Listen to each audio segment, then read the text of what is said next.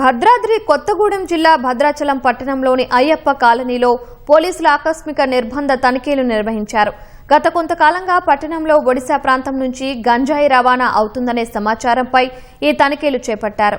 సరైన ధ్రువపత్రాలు లేని 37 ద్విచక్ర వాహనాలను 2 ఆటోలను స్వాధీనం చేసుకుని పోలీస్ స్టేషన్కు తరలించారు. ప్రజలంతా గంజాయి రవాణా పట్ల అవగాహనతో ఉండాలని డీఎస్పీ అరుణ్ కుమార్ అన్నారు. ఎవరైనా గంజాయిని తరలించడం, సేవించడం వంటి చర్యలకు పాల్పడితే వెంటనే పోలీసులకు సమాచారం ఇవ్వాలని ఆయన తెలిపారు.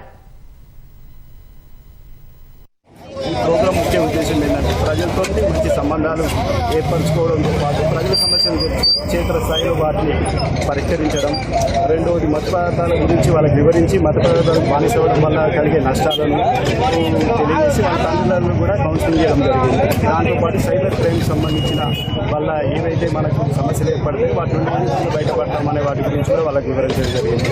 దాంతోపాటు ఉమెన్ సేఫ్టీ షీటీకి సంబంధించి టీమ్స్ గురించి కూడా వాళ్ళకి వివరించడం జరిగింది.